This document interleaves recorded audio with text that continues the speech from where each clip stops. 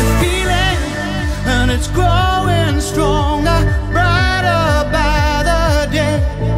You just gotta feel it. One of the groups that helped set the stage for today's electronic dance music, or EDM movement, released their new album this week. Erasure, the late 80s and early 90s duo of Andy Bell and ex-Yaz and Depeche Mode mastermind Vince Clarke, have come up with the Violet Flame. Thanks to producer Richard X, they mix the old and the new as their new single Elevation hits the radio and clubs.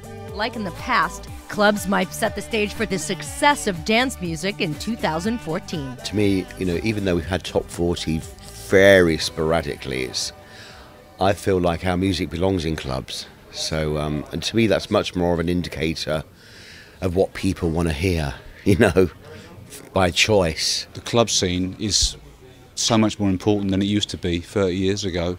I mean, doing a 12-inch record was an afterthought, when we made records in the early days. And more often than not, they were just extensions of the single, Whereas now, getting your track played on by a DJ in a club is almost, if not more important than being played on the radio. So that's a huge difference, I think. The group is closing in on 30 years, and we asked them if their partnership has changed over time. It's always been, once we start writing, it's always very comfortable.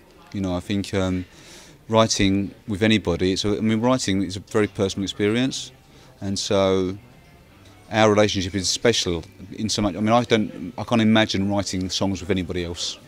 Because you have to spill your guts a little bit. And Vince is really shy, Well, you have to spill your guts a bit, and you have to kind of let your ideas be criticised or rejected, so and you can only do that with someone that you really trust, I think. So, in that sense, I think our relationship's gotten better.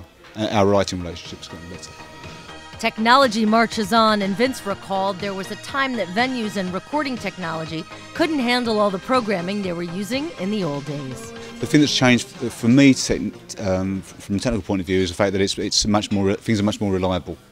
And especially when we play live. Before we've played concerts before, and there've been power cuts, and it's been a disaster. But we don't get that anymore. So that's actually a huge load off my mind. Synthesizers are synthesizers, and there's a lot more choices now.